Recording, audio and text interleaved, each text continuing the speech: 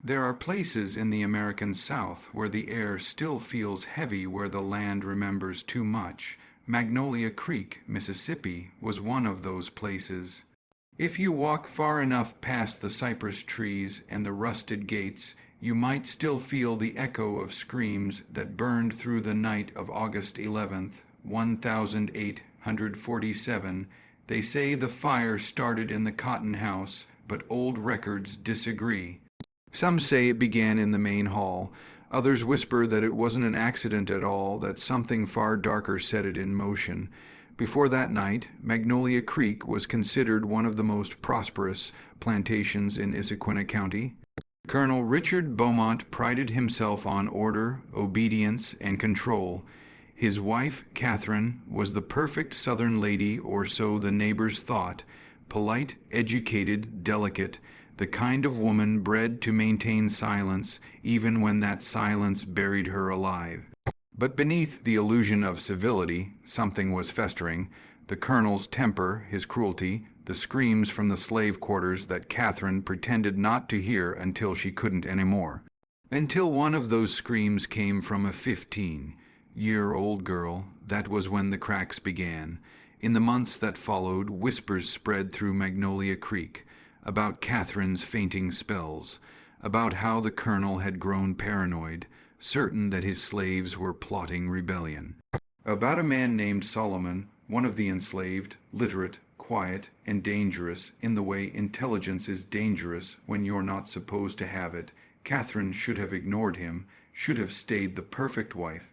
But grief can drive people to strange choices. Her daughter, Margaret, had died at just 3 weeks old, and Catherine's world had collapsed into a numb silence the colonel couldn't penetrate. Solomon did. Not with words of love, but with understanding. What began as pity became something else, something forbidden, something that couldn't exist under the rules of Magnolia Creek, and by the time Catherine realized she was carrying Solomon's child, it was already too late. To the outside world, the pregnancy was a miracle, the colonel's heir, at last. Inside the big house, Catherine counted the days, knowing the truth could never survive exposure. But fate, as always, had other plans. On the night of August 11th, 1847, everything erupted. The fire started in the stables, then spread to the main house. By the time the colonel understood what was happening, the quarters were already in flames, and hundreds of enslaved people were running for the woods. Catherine went into labor as the world around her burned. By dawn, Magnolia Creek was gone, and in the chaos, amid fire, screams, and ash, 2 babies were born, one white, one black, twins, brothers. Children of 2 fathers, but the same mother, Catherine held them both as the world crumbled around her, knowing that by sunrise she would have to choose which one would live the life of privilege, and which one would have to disappear to survive, because in Magnolia Creek, 147, even birth was an act of rebellion. Smoke clawed at Catherine's lungs. The roar of fire and the cries of people, enslaved and free, collided in a deafening symphony outside the shattered windows. The walls of Magnolia Creek, once a symbol of wealth and control, now bowed under their own destruction. Her labor pains mixed with panic. Every heartbeat echoed the impossible question she already knew she had to face. Solomon appeared through the chaos as if the fire itself had summoned him. Tall, dark, with eyes that seemed to hold the weight of centuries, he moved with a calmness that defied the madness around them. He carried no weapon, only purpose, only precision, only a knowledge that life itself hung in the balance. "They won't all make it," he said, voice low but firm.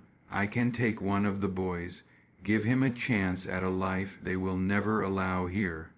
Catherine's hands trembled as she clutched both newborns, one, pale and fragile, her colonel's heir James, the other, darker, her secret, Solomon's son Thomas.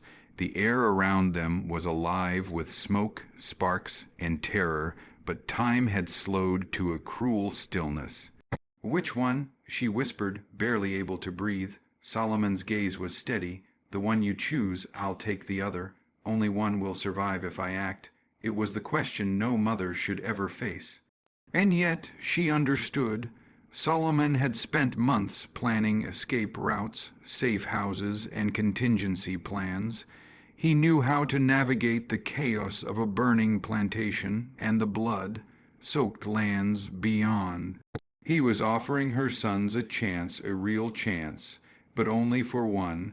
Catherine looked down at the darker twin, the one whose very existence had already shattered her carefully constructed life. "His name is Thomas," she said, voice trembling. "After my brother, promise me you'll remember that. Promise me he'll know he was named for someone." "I promise," Solomon replied, taking Thomas with a gentleness that belied the danger around them. He cradled the baby against his chest as though holding the world's fragile hope in his arms. "And the other?" Catherine asked, looking down at James, the pale child who was supposed to inherit everything, who was supposed to carry the Bowmont name forward. "I'll call him James," she whispered. Her voice caught in the smoke-choked air. She forced herself to smile at the child, even as her heart fractured. Solomon nodded once, a silent understanding passing between them. Then he turned and disappeared into the forest, vanishing like a shadow swallowed by smoke. Catherine never saw him again. The fire raged for 3 days. Catherine walked south toward Charleston, carrying James through the ruins and the chaos, forcing herself to stay upright despite exhaustion and blood loss. By the time a search party found her, she had gone nearly 2 miles. James was still alive, crying, demanding the care only a mother could provide. She clung to him like a lifeline, a tether to hope in a world that had proven itself merciless. The official story, later recorded by county documents, was neat, convenient, and cruelly incomplete. A catastrophic fire, the heroic death of Colonel Bowmont, one surviving infant, and the mass recapture of fleeing slaves. The real story, the secret, was far messier, far more human. Catherine survived, carrying the memory of Thomas like a stone in her chest. She raised James away from prying eyes, teaching him the virtues of law and morality, and she whispered only the gentlest half-truths about his father's courage. Meanwhile, Solomon and Thomas vanished into the night, ghosts in the historical record, leaving behind the echo of a rebellion carefully executed, of lives saved, and of a mother's impossible choice. In that moment, amid fire, blood, and the distant roar of Magnolia Creek, collapsing Catherine learned the hardest lesson of all. Survival often demands a cruelty the heart can never forget, and love sometimes asks you to let go. Catherine arrived in Charleston with James pressed to her chest, the city's humid air wrapping around her like a shroud. The streets were bustling, indifferent to the horrors she had left behind at Magnolia Creek. Yet for Catherine, every corner, every shadow whispered memories of fire, screams, and smoke. Her brother, Thomas Strawford, had arranged her escape. Using family connections and whispered influence, he secured her a place at a discreet boarding house masquerading as a sanitarium for women suffering from nervous exhaustion. In reality, it was a haven for women trapped by impossible circumstances, those whose lives had been shattered by violence, society, or circumstance. Here, Catherine could breathe without constant fear of discovery. She took a small room overlooking a narrow courtyard and settled into the life of anonymity. Every day she walked the fine line between hiding and surviving. James thrived under her care, curious, intelligent, and bright-eyed. She whispered only the gentlest truths, that his father had died heroically in the fire, that the world could be cruel, but that they would endure. She journaled secretly, pouring the weight of her choices onto the pages. Every entry was a confession and a prayer, a tether to the son she had given away and to the son she now raised. She never spoke of Solomon, never spoke of Thomas, never acknowledged the rebellion that had saved almost 50 lives. These were secrets too dangerous, too shameful, too powerful for anyone else to know. The city of Charleston, with its cobblestone streets and ornate wrought iron balconies, was alive with commerce and gossip. Catherine moved among the elite quietly, avoiding attention, wearing a mask of propriety and grief. The years passed, marked only by the soft milestones of James's growth. First words, first steps, first lessons in reading and arithmetic. Each small victory was a silent triumph over the chaos that had defined his birth. Meanwhile, in the northern reaches of Ohio and later Canada, Solomon and Thomas vanished from the records. Fragmentary mentions in fugitive slave settlements suggest a man named Solomon Turner, skilled in carpentry, literate, and vigilant. He moved like a shadow, deliberate and careful, teaching his son Thomas the tools and knowledge that freedom allowed: reading, writing, crafting, building, surviving. If Thomas Turner of Chatham, Ontario, was indeed the boy Catherine had surrendered that night, he grew up in a world of possibilities denied to the enslaved, learning that identity was not defined by color or ownership, but by skill, courage, and morality. Solomon's careful guidance shaped a life of quiet dignity, away from the fear and chains that had once defined them. Back in Charleston, Catherine continued her double life. In 1849, she remarried a modest merchant from Savannah who asked few questions and provided stability. Together, they had 3 more children, expanding her family into a future that, while shadowed by the past, offered safety. James grew strong, educated, and morally grounded, unaware of the twin whose life had been entrusted to Solomon, unaware of the rebellion that had cost lives and changed futures, unaware of the complex web of survival that had begun with fire. Catherine's journals, hidden under floorboards and behind loose bricks, held her truth.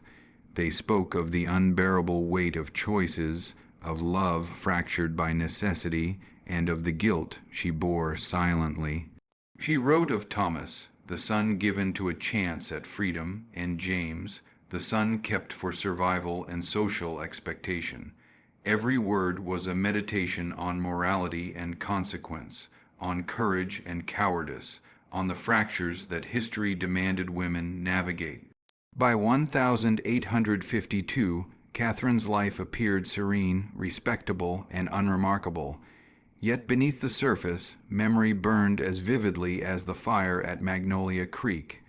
Every decision she had made to separate her sons, to trust Solomon, to endure the whispers of society defined her daily existence.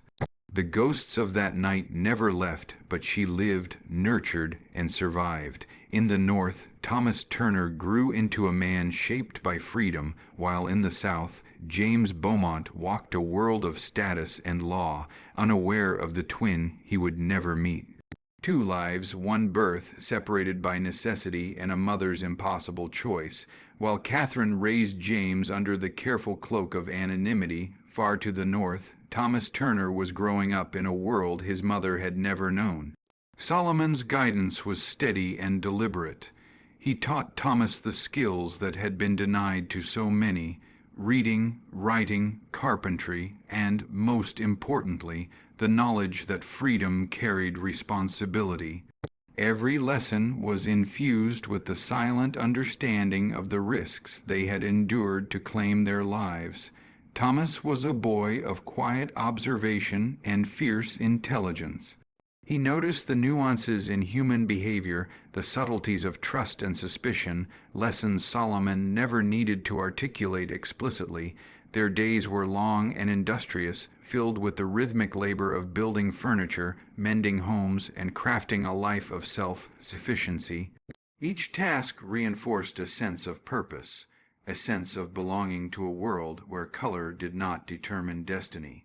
The community of Chatham was a patchwork of fugitive families and freed slaves, a place where survival depended on vigilance and solidarity.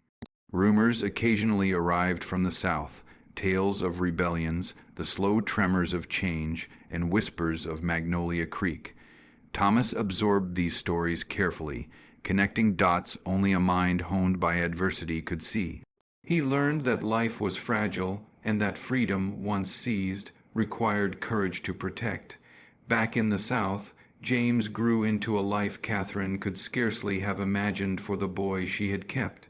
Surrounded by wealth, influence, and societal expectation, he became a successful attorney in Atlanta, navigating the complexities of the post-slavery legal system with the precision of someone taught morality without cruelty. Catherine never spoke of Thomas, never mentioned the rebellion or Solomon, yet, in quiet moments, she always wondered what had become of the son she had given away. Letters, like small time capsules, were her only attempt to reach across the distance. Hidden away in journals, she chronicled her thoughts, fears, and regrets, imagining Thomas reading them, imagining him alive, safe, perhaps even happy. She wrote not to alter the past, but to preserve a truth too dangerous to speak aloud, that two lives born in the same night of chaos had been shaped by a single act of love, fear, and desperate calculation. By the 1860s, the Civil War was reshaping the South. James used his legal position to quietly assist freed slaves, subtly challenging the injustices that had once ruled Magnolia Creek. He believed himself to be helping strangers, unaware that his efforts mirrored, in part, the distant work of Solomon and Thomas in Canada. While James carried the Bowmont name with dignity and power, Thomas Turner carried the weight of survival, identity, and the quiet legacy of defiance. Though separated by miles and circumstance, the twins' lives shared a silent symmetry. Both were shaped by sacrifice, by mothers and fathers making impossible decisions, by systems designed to control and limit them. Both were, in their own ways, inheritors of courage, and both carried, unknowingly, the ghost of that August night in 1008. 147, a fire that had destroyed more than wood and stone, a fire that had forever altered the course of lives and history. Catherine, now in her later years, remained haunted by uncertainty. She feared that Thomas had suffered, that he might resent the world or forget the lessons of his father. Yet she also knew that some truths could not be delivered. They were meant to exist in memory alone, as a testament to human resilience, to the strength of those who survived impossible circumstances. The story of Magnolia Creek, like so many untold histories, existed in fragments, in whispers, in the quiet persistence of memory. Two boys, separated by fear, necessity, and love, had survived. One thrived in privilege and law, the other in freedom and dignity, both shaped by the courage of those who dared to defy the cruel expectations of their time. In the shadows of history, their lives intersected only in possibility, a haunting reminder that even in separation, even in loss, the seeds of resistance and survival endure. By the 1870s, both twins had fully stepped into the lives shaped by the choices of that fateful August night. James Bowmont, secure in his wealth and position in Atlanta, had become a figure of quiet influence. He practiced law with integrity, often representing freedmen and women navigating the complexities of Reconstruction. Though he knew nothing of his twin, his sense of justice, honed by the lessons his mother had instilled, carried echoes of the courage and defiance that had saved him as an infant. Thomas Turner, now a young man, had grown into the role his father had envisioned for him, a free man in a free land. In Chatham, Ontario, he was respected not only for his skills as a carpenter, but also for his integrity and intelligence. Solomon's lessons ran deeper than mere craftsmanship. They taught Thomas how to measure character, how to build trust, how to navigate a world still tainted by the shadows of slavery and prejudice. Yet, unlike James, Thomas bore the quiet weight of absence, the knowledge that his family had been fractured by necessity, and that the mother who had given him life had let him go to preserve it. Despite the distance, the lives of the twins were bound by invisible threads. Catherine, now aging, continued to write in her journals, recording the smallest details of their lives as she imagined them, the dreams and fears she could only reconstruct in her mind. Each word was a confession, a plea, a testament to the impossible choices that had shaped her children's destinies. In these private moments, she allowed herself to grieve for Thomas and to hope for his well-being, even if she would never know it for certain. The Magnolia Creek plantation, once a monument to wealth and oppression, had all but vanished by this time. Its ruins had been cleared, replaced by small farms worked by sharecroppers, many of them the descendants of those who had escaped during the fire. The soil, heavy with memory, carried the echoes of suffering and rebellion, whispers of lives that had been stolen and lives that had been claimed back.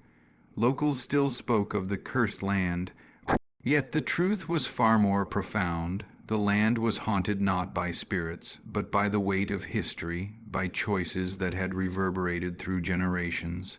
As Catherine neared the end of her life in 1891, she composed one final letter, intended for Thomas if it ever reached him.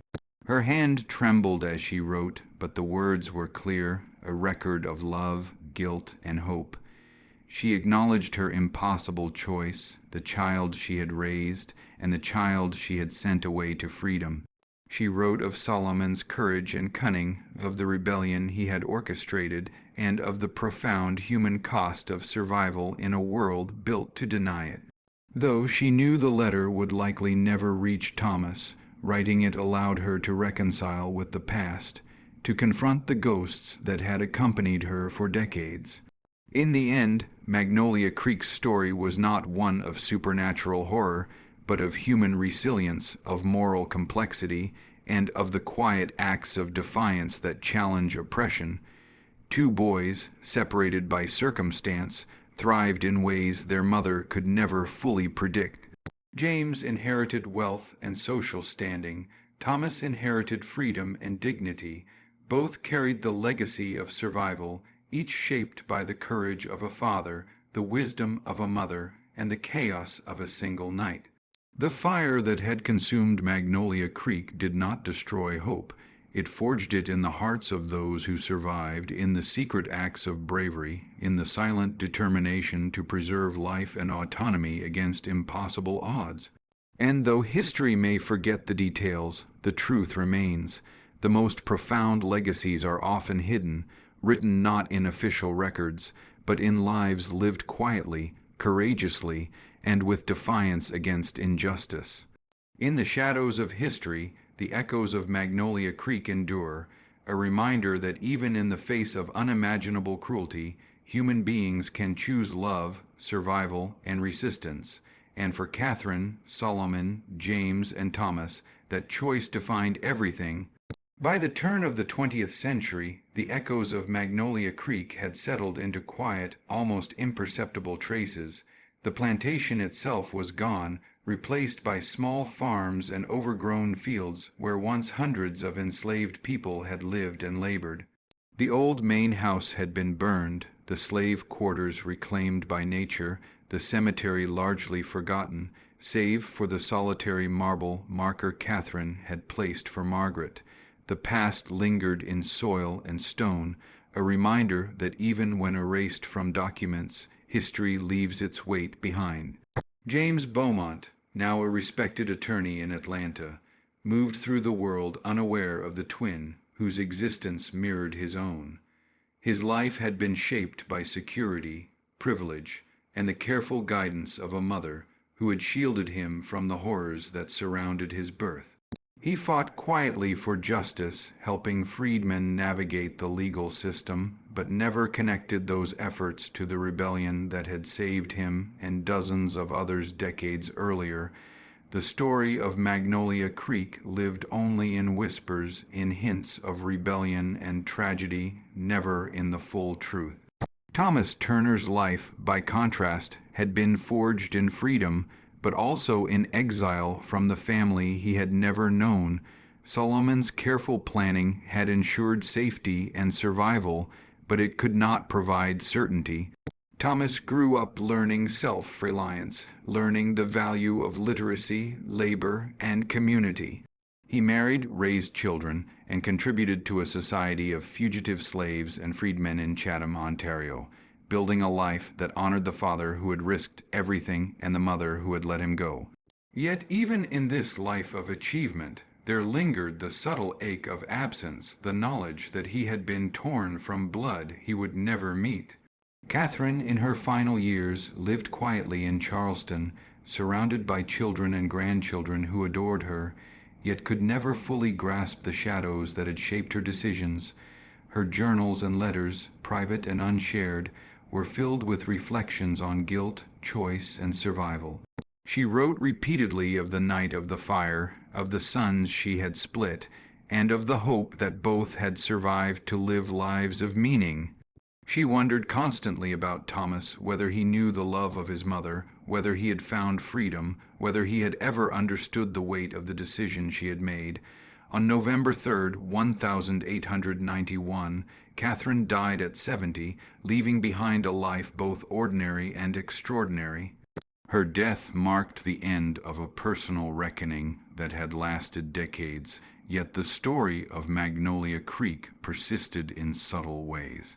The memory of fire and rebellion, of impossible choices, and of hidden heroism continued to ripple through descendants, through communities, and through the land itself. Even as the official records remained incomplete and the plantation erased from maps, the truth endured encoded in letters, journals, and the lives of those who survived.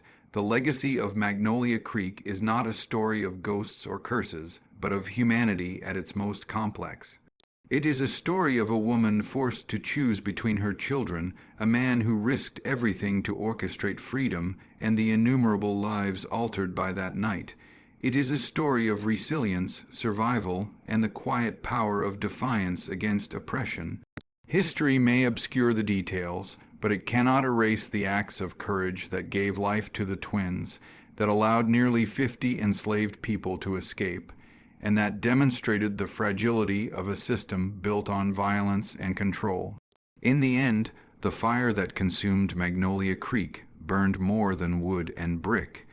It burned the illusion of absolute power, revealed the cracks in a system that sought to dominate, and illuminated the humanity of those whom it sought to destroy. James Bowmont and Thomas Turner, born of that night, grew into men shaped by love, loss, and survival, carrying forward the legacies of a mother's impossible choice and a father's daring courage. The fire faded, but its truth endured, quiet yet indelible, in the lives of those who survived and in the memory of a history too often hidden, too often rewritten, but never entirely erased. Even as the 20th century unfolded, the story of Magnolia Creek lived quietly in the shadows, not in textbooks or newspapers, but in the choices, memories, and unspoken truths carried by those connected to that night. For James Bowmont, the son raised in privilege and security, life had been relatively straightforward. He married, fathered children, and built a career as a respected attorney. Yet beneath his orderly existence lay the unexamined echoes of a night he could never remember, a twin he never knew existed, and a mother who had made sacrifices he would never fully understand. Meanwhile, Thomas Turner's life in Canada embodied a different kind of legacy, one of freedom hard, one of self-determination and of community. In Chatham, Ontario, he became an educator, a mentor, and a pillar of the fledgling society of formerly enslaved people. The boy, who had been taken from Mississippi, grew into a man who shaped the lives of others, quietly resisting the injustices of the past by offering opportunity, knowledge, and dignity. In his children, he instilled a sense of worth, of heritage, and of the power of survival against impossible odds. Solomon Turner, whose brilliance and bravery had orchestrated the initial escape, faded into history as many did his name barely recorded, his deeds almost entirely unacknowledged. Yet his impact endured in Thomas's upbringing, in the freedom of dozens of others, and in the quiet knowledge that courage could exist even in the darkest circumstances. The meticulous planning, the intelligence, and the risk he undertook that August night were acts of rebellion in their purest form, a refusal to accept a world that treated human life as property. Catherine's final reflections, preserved in her journals and the unsent letters she left behind, capture the complexity of motherhood in a world built on cruelty. She wrote of guilt, of impossible decisions, and of love that transcended fear. She understood that she had saved one son by letting another go, and she carried that weight until her dying day. Her words, though hidden from her children, resonate across time, a testament to the impossible choices forced on women and the quiet heroism that history often overlooks. Magnolia Creek itself became a ghost of memory, the land marked more by pain than prosperity. Fields once tilled by enslaved laborers became overgrown, plots subdivided, and houses rebuilt with little thought of the lives lost there. Locals whispered about misfortune, poor harvests, and unease in the land, but perhaps the true weight was not in superstition, it was in memory, trauma, and the remnants of human suffering imprinted on soil and stone. Even absent from official records, history leaves marks that can neither be erased nor fully explained. The story of the twins James Bowmont and Thomas Turner encapsulates the duality of survival under oppression. One remained within the structures of privilege, guided by secrecy and careful planning. The other emerged into freedom, carrying scars of separation, but also the opportunities that enslavement had denied. Both lives demonstrate that history is rarely simple, that survival often requires impossible choices, and that bravery takes many forms from rebellion to concealment, from escape to quiet persistence in a society that seeks to erase you. Magnolia Creek serves as a reminder that the most profound horrors are not always supernatural. They are human-made laws, traditions, and social structures that enforce cruelty and demand impossible compliance. And yet, even within those constraints, courage, love, and defiance persist. They survive in letters never sent, in children raised in secrecy, in communities built from flight and resistance. They endure in the quiet acts that cannot be recorded but remain etched in memory, in lives touched by a fire that burned for 3 days but left marks that would never fade. History forgets, but memory endures. And in that endurance lies the real story of Magnolia Creek, a story of fire and survival, of rebellion and loss, and of the enduring power of human choice even in the darkest of times. Decades passed, and Magnolia Creek became a place of memory rather than a functioning plantation. Nature reclaimed what human hands had built. The main house was gone, the slave quarters vanished, and even the small cemetery had mostly fallen into disrepair. Yet the stories persisted not in official records, but in whispers, in family lore, and in the subtle way the land seemed to resist cultivation. Crops failed inexplicably, animals hesitated in certain fields, and strangers always sensed a weight in the soil, though no one could explain why. Some said the place was cursed. Others, those who knew more, understood that the land simply remembered. James Bowmont lived his life shielded from the full truth, a life of stability and recognition. He became a respected attorney in Atlanta, quietly assisting freedmen and guiding families through the complexities of Reconstruction. His children carried the Bowmont name forward, proud of their lineage, unaware of the violent, chaotic night that had determined their father's very existence. Thomas Turner's life in Canada remained largely hidden from the American historical record, yet in Chatham, he and Solomon Turner had become integral to a community of freed and fugitive slaves. They built schools, offered protection and guidance to newcomers, and preserved knowledge that the oppressive systems of the South had denied them. Thomas, the boy who had been stolen by necessity and rebellion, grew into a man whose very existence embodied the fragile, resilient promise of freedom. In teaching, in family, and in quiet leadership, he carved out a life that was profoundly human, one defined by choice, dignity, and resistance. The separation of the twins became a legacy of its own, a paradox of justice and cruelty, of preservation and loss. Catherine's impossible decision haunted her until the end of her life, the weight of it pressing like a stone against her heart. She wrote of it often in private journals and letters never sent, leaving behind a record for future generations who might try to understand the moral complexity of survival. She understood that history rarely tells the whole story, that truth often hides behind lies, omissions, and social convenience. For the descendants of those connected to Magnolia Creek, the events of 1847 remained both distant and immediate. The fire, the rebellion, the choices made by mothers and fathers, slaves and free men alike, all rippled outward across generations. Family trees carried the echoes of secrecy, bravery, and heartbreak. The land itself, altered by fire and human hands, seemed to hold on to memory, a quiet testament to those whose lives had been consumed or transformed in its shadow. Even historians and archivists who later stumbled upon letters, journals, and fragmentary accounts of the events were met with contradictions, gaps, and tantalizing glimpses of a narrative far richer than official records allowed. They found hints of twins, of a carefully executed escape, of a rebellion meticulously organized and almost entirely erased from local history. But no one could fully piece together the lives of Thomas Turner or Solomon Turner with certainty. And perhaps that was fitting. Some truths, especially those forged in defiance and survival, were meant to be glimpsed rather than fully grasped.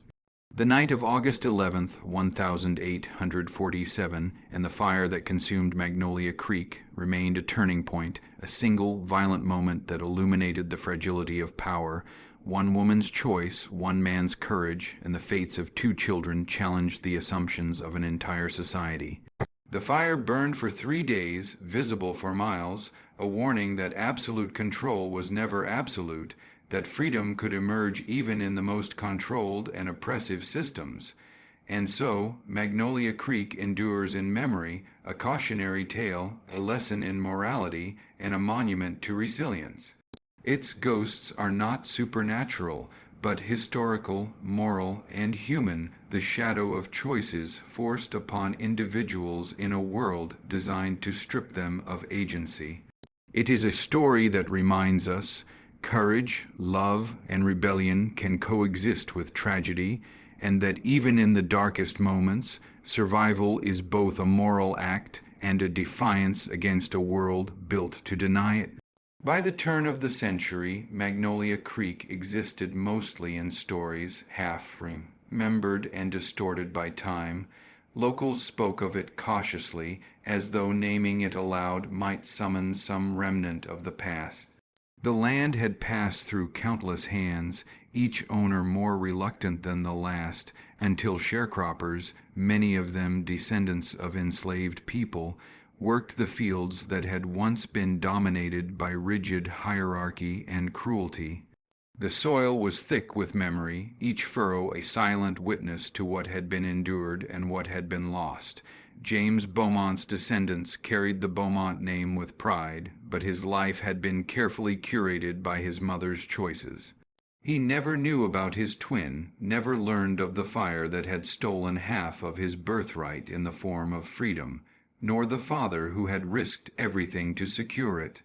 His professional success, his family, his quiet acts of justice for freedmen, all of it, bore the invisible imprint of decisions made under the threat of death and the weight of oppression.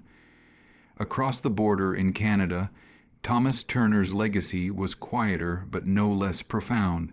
He built schools, guided young people in literacy and trade, and fostered a community that celebrated freedom in ways unimaginable in the South.